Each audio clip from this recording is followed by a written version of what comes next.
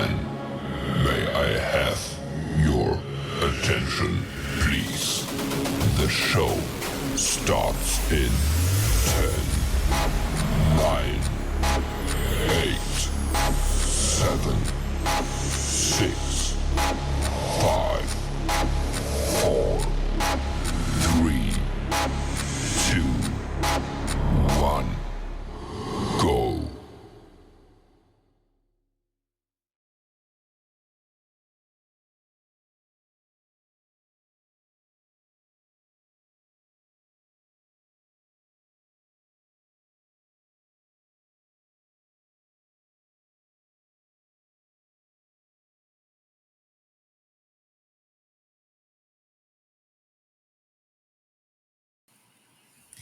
Hey everyone, it's another Tuesday night, so you know, of course, I'm back here again. So let me introduce you to me. My name is Patrice Grimball, and I am SC Bookgal 843, and welcome to SC Bookgal and Friends Chat. So we are winding down Poetry Month, you guys, and it has been nothing less but awesome. Again, I get to introduce you guys from somebody from my neck of the woods. I have to say, you guys, I've been working for the library for 20 years. I have lived in Charleston in all my life, but I did not know we had so much talent here in Charleston. I'm not even going to say Charleston, in South Carolina, okay? So last week or the week before last, I had the Geechee poet, okay? He's from right around the corner down the street. Now I am bringing up author D.L. Mack Jr. He's from around the corner down the street and through the woods, okay? But his work is beautiful, you guys. We were talking earlier about his poetry work, and he even got a show coming up. So y'all need to be ready to go see him, okay? But I would like to present to you guys author D.L. Mack Jr. Come on up, come on up. Thank you for having me. Thank you for having me. I really do appreciate it. Thank you for being here. So, before we go any farther, tell us a little bit about yourself. So I'm a poet, an author, husband, father.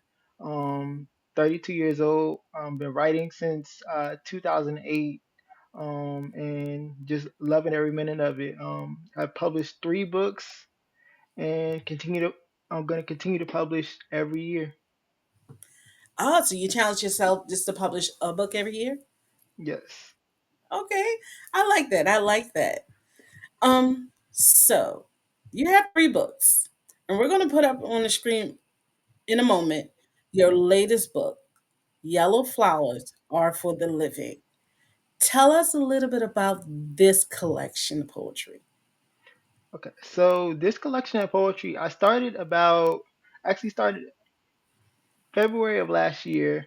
I was actually getting known from my poet friends to write every day.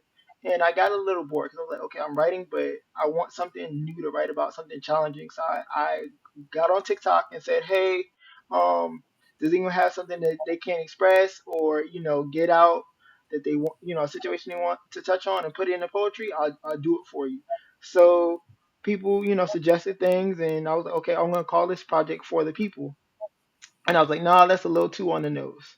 So I started writing and writing and writing, and I realized a lot of people were asking me to write about grief and loss and unrequited love and things like that. So I was like, why don't I call it Yellow Flowers Are for the Living to keep up with my theme that I have with colors of my past books.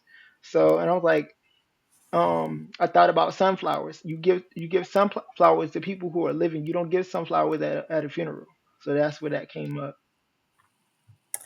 Yes, you do have this beautiful theme that you have. You have one of your books we talked about earlier before the show, you guys. It has a color theme of black, and then you have the one with purple. So yeah, The purple one is I'm going to do the book review on because I just love the synopsis of the purple one. Mhm. What made colors become so important to you? Um, because I think colors were an easy way to embody what I was talking about. Like black Mm. deals with a lot. Like when you think of black, you think of pain and sorrow. So my first book touches on like the sorrow that I may have faced in a relationship, the sorrow that we see in the black community and the challenges we face. Because I wrote that in a time of a lot of civil unrest. With a lot of the Black Lives Matter movement and things like that. So it just embody all those things, and then talking about the last subject it talked about was your relationship with God and how sometimes that can be hard when you might lose your faith, or you may not pray like you should, or you just want to give up on life. So I touched on that there, and then Pain and Purple was actually birthed from a situation that I was dealing with about 2 years ago, and what I did was I wrote about that situation, explaining how like men can be good guys, but then get scarred and then hurt the ones that they love, and if they're not careful, they can lose out on the very person that they really want to be with, and through those scars. When you understand who you are and how much love that you have to give and that you can love properly, you're painted purple, the color of royalty, because you understand your worth. Oh, did you just drop that one in there like that? You just dropped it. Yeah. He's like, I'm just drop this nugget right here. Y'all pick that up. Okay. Like I did not see that. That Yeah. little wow. And see, the all my covers are shot or created by me. So I literally took um for the cover of Paint and Purple. You probably can't tell because it's so subtle, but I took like a piece of tile and painted like splatters of paint, and then took a picture of it, and that's the cover of the book, the front and the back. So I see it. Yeah, that is creative. Like how important are your book covers to your poetry?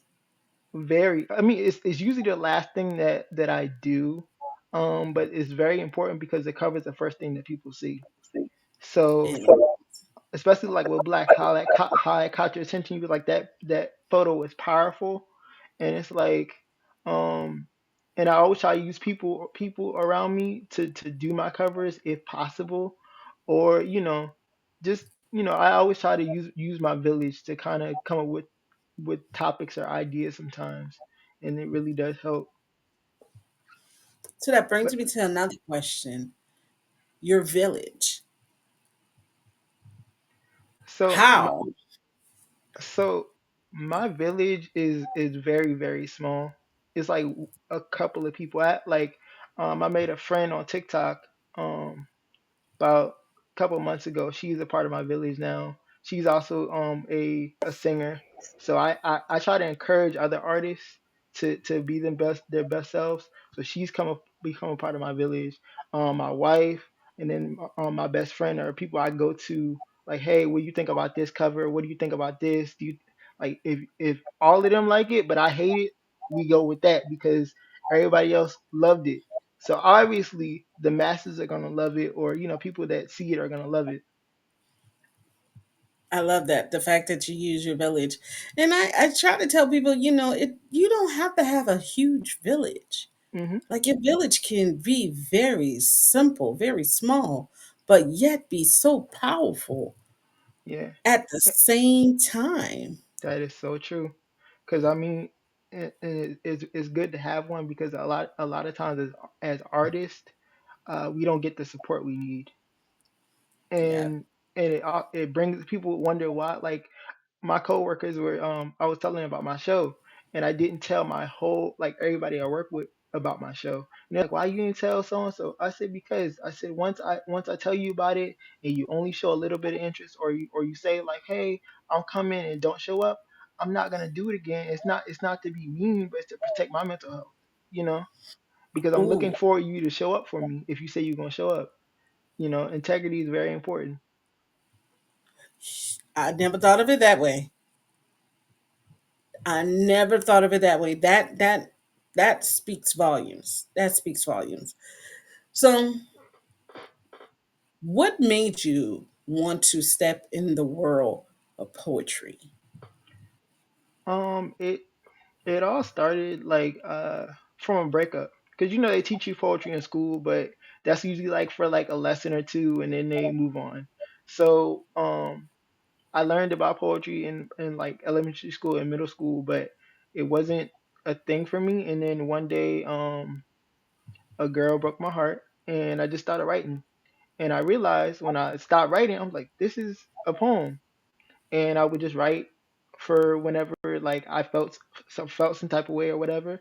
And then it wasn't until people start noticing that I write poetry, and then I would read poetry for them, and they'd be like, "Oh wow, I felt that," or "I never read poetry before, but I like your poetry," and it's like it let me know that I can use this to help other people, to use my problems and my pain to let people know that they're not alone, that they feel valuable, which ties back again to my latest book, Yellow Flowers Are for the Living, giving people their flowers and letting them know, hey, I know you went through that, but you made it. Here's your flowers. Now that's beautiful. That's beautiful. How would you want your poetry to be received? I understand that you want to give them their flowers, but is there any other reason why you want poetry to be you? Be, So many words? because I see so many mediums that we as African Americans we run everything. We run everything in entertainment. We used to run poetry too, but we're in a place now where people that look like us are running. People who don't look like us are running poetry, and it never was like that. And I want to reclaim it back. Um, and also I want people to start feeling stuff again. And there's so much microwavable poetry now that it's sad. Like as a purist, that really loves the art form, really loves wordplay, and really making people feel something, and changing the atmosphere in a room just off your words alone. You can't, that feeling is unmatched. So microwavable poetry. What is that? You really got me with that one. What is microwavable poetry? Like very surface level, um, the very surface level type of poetry, like that sounds a lot more like a diary entry than actual poetry itself. Um, that's just my nitpick as a poet. I personally don't like that type of poetry, which I understand. Short, bite-sized poems are what get people through the door. Because I did like a series that was made popular, which is in English we say, and then Hmm. then I do like a version of what I said in poetry, and that's really what got me to go viral for the first time. So I understand the utility of it because it gets people in the door, but at the end of the day, I really want to write, work that makes you feel something, makes you like, oh wow, I can relate to this. He went through it, and he's smiling every day, so obviously I can get through this as well, you know.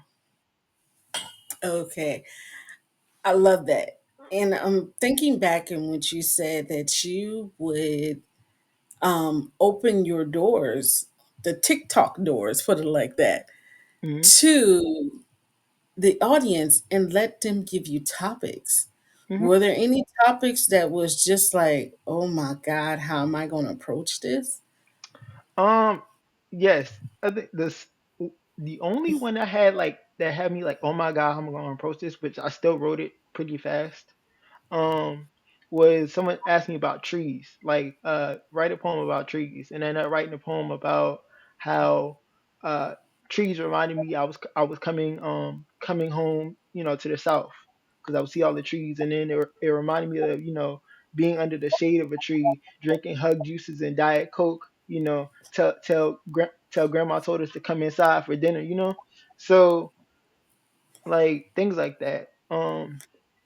But yeah, I had a couple of them that stumped me for a little bit, but I usually got them done within either at the longest time it took me was about maybe a couple hours.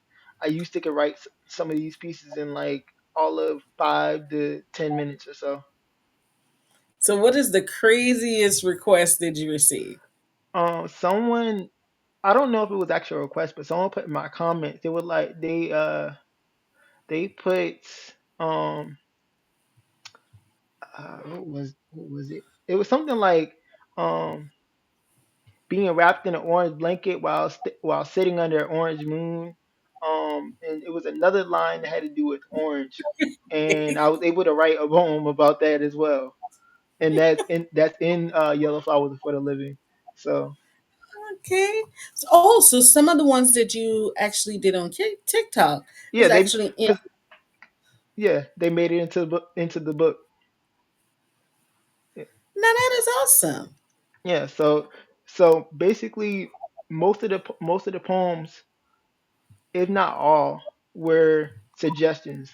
I think maybe one or two poems actually came from me and something I wanted to put in the book, but everything else was somebody else's suggestion. That is awesome. So, are you self-published or are you under a publishing house? I am self-published. I have complete control, can do whatever I want to do, release when I want to release. Because the crazy thing was, um, I don't know if you noticed, but my book Yellow Flowers for the Living was supposed to come out on May 16th, but because of the crazy stuff going on with TikTok and I was having so much success with selling books on TikTok, I pushed it forward and said, "Hey, I'm gonna release it today because why not?" You know. And most people that are finding me are strangers, so it's not like I'm not really selling anything to family and friends because, like I said, family and friends don't really support you like that. They just see, they know I do poetry, cool. Some might buy, some might not. So I'm not really worried about that. And then being a self-published author, I can release a book whenever I want to. I ain't gotta worry about, oh, this certain thing was scheduled this day. I can move the date around. I can move it forward. I just don't tell people dates before I'm finished, you know. But yeah, So, being a self-published author gives you that freedom to make hmm it work for you. yes, And that's cool. I do see a lot of people go to self-publishing roles. Do you feel that it is difficult it is. or it It is is? promoting. Well, I would just say promoting, and then like the editing process is difficult. That's something you need a team for. That's something that I'm currently with some of my books looking back at to see where I can fix it that are already out and maybe put another edition out of that book. But yeah, that's probably the most difficult part is like the editing and like the formatting. But mainly once the book is done, it's mainly just promoting yourself because I don't like to promote myself, but that's something I had to learn to do. And what I've learned and through these TikTok shop videos is just being authentic. Like even if I have self-doubt in my promotion, like I'll put self-doubt in my promotion and that's what helps. Like if I were to blow up, I'll sign this book, so if I blow up and people will tell me, "No, don't say that about yourself. Your art's worth it." But it helps. I understand. I understand. So, what would you say to someone who is thinking about self publishing, but is like, how would you win them over to the world of self publishing? What would you say to that author? I would say if you're serious about this poetry thing and you don't know where to start, and you have a body of work that you want to get out there, put it out. And the great thing about publishing in general is that book can sit without knowing about it for years. But as soon as you tell somebody, that's brand new to someone else. So and also your message is important. So put it out. And that's the quickest way to do it. You ain't got to worry about jumping through hoops trying to find a publishing company because from what I heard, publishing companies only take like one or two poets a year. You know, Yes, they surely do. Poetry is not as extensive as it used to be. I can't even tell you about working. I might see about maybe one or two books, Hmm. three or four in a year that is solely poetry, not poetry in fiction or poetry in nonfiction, like Hmm. solely poetry. You don't see much because it's really become the underdog of the literary world. Okay. Yeah. Um, and I really do thank you for saying that you can put a book down and pick it back up years later and there's always a new book. I always tell everyone there's no such thing as an old book because not everyone has read every book. So it's Exactly. going to be a new book to somebody. So I love the fact that you said that. That makes so much sense.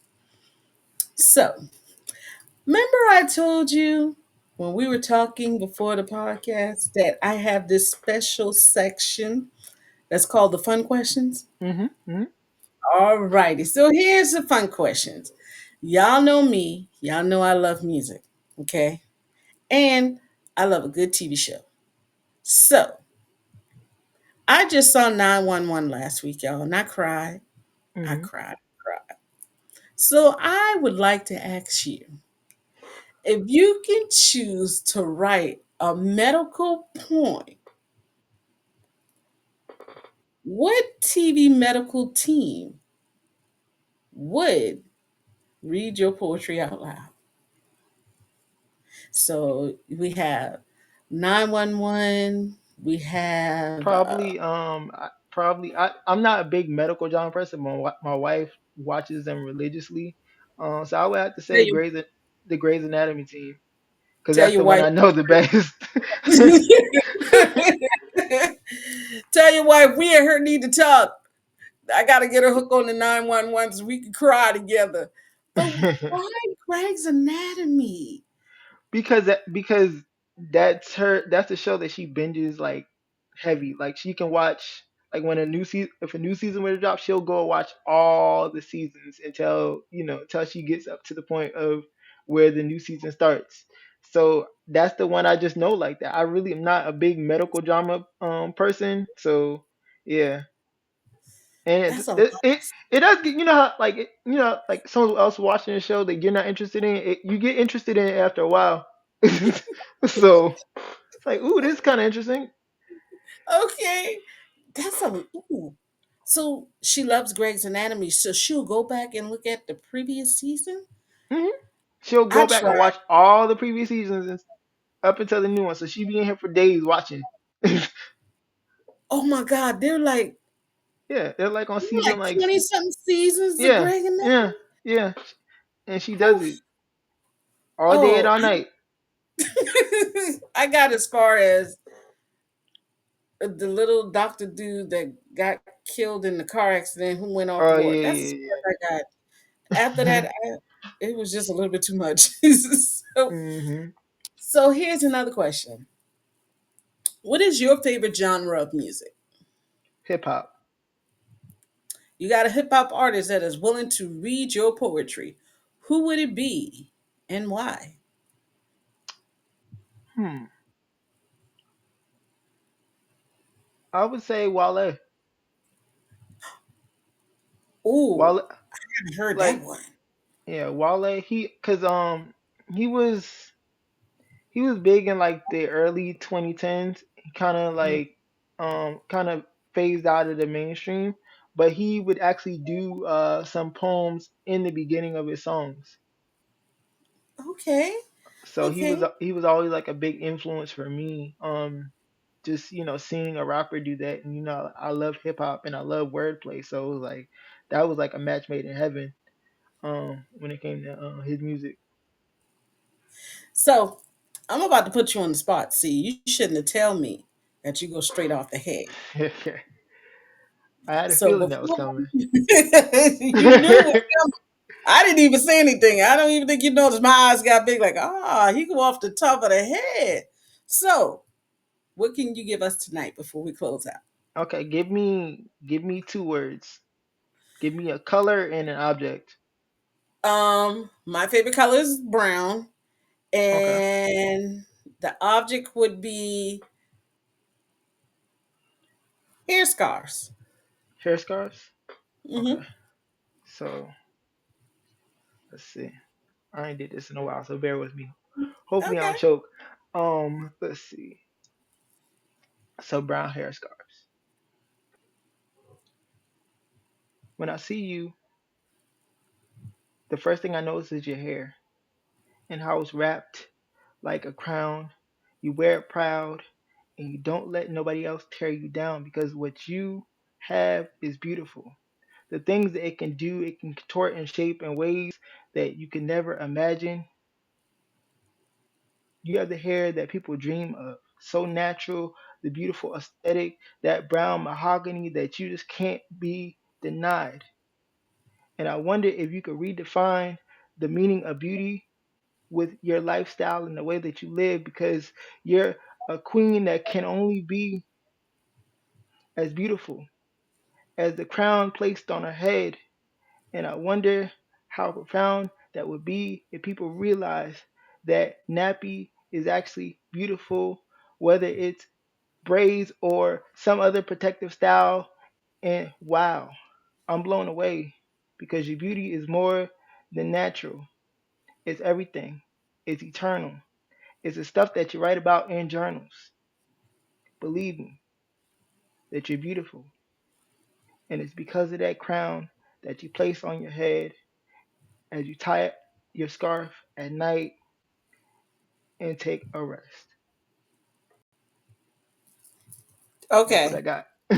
Okay, y'all. Y'all saw that straight off the dome. That's South Carolina bread. Y'all can't. Only we can do that down here in the South Carolina. In the South, Kakalaki. Awesome. I Yes, love it. 843 I love stand it. up. And you know what? I really do love it because I am doing a transitioning with my hair. I Hmm. have to let it grow out, you guys, to get my locks. I had locks started, but it wasn't too ready, so I have to grow my hair out. So y'all see me with a lot of headscarves. So tell us what adventures you have coming up so we can follow you on social media, maybe come out to one of your shows. Tell us what you got going on. Okay, so as you guys know already, I have my book that was just released on April 9th, Yellow Flowers Are for the Living. That's on Amazon. I am on social media, DL Mac Jr. You can Google it, or you can follow me on Facebook and YouTube at DL Mac Jr. and also on TikTok as Duffel Bag Poetry. I also sell my books on there. I do sign copies as well. Um, and yeah, I do have a show coming up called The Light Show with Mr. Enlightenment and Friends. That's on May 16th at 7 to 9 p.m. So if you ain't got nothing to do, come and check us out. So, of course, y'all know we're going to have all that information. If you look at the bottom of your screen, you'll see all of the information scrolling. And I'll be sharing all the May 16th, give you guys information. That's in Mount Pleasant, South Carolina, correct? Yes. So we're going to cross the water. We're going to cross that little scary bridge. I, y'all, I do not like that off the Ravenel Bridge. Bring me back Ricky Ricky, whereas I know I'm getting across that. This bridge right here, it meant they did it too quickly for me. But Mr. Mack, I appreciate you coming on the show tonight, man. You Oh, just no don't problem. It know. was fun. It was fun. Thank you. How much nuggets of knowledge that you have dropped. I will be sharing the replay, you guys, in case you miss anything and y'all want to hear that the poetry about the brown scarf. Y'all know y'all need to go ahead and do it. But again, we thank you for being with us tonight. You guys, another Tuesday night, another new book, another new author. Y'all go grab Yellow Flowers Are for the Living.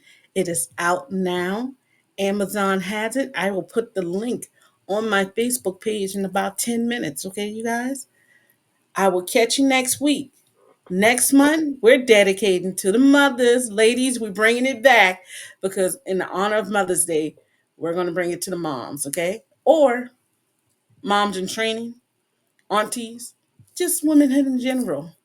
But always remember, no book is an old book because not everyone has read every book. You guys have a great night. Bye. I have a good one. You too.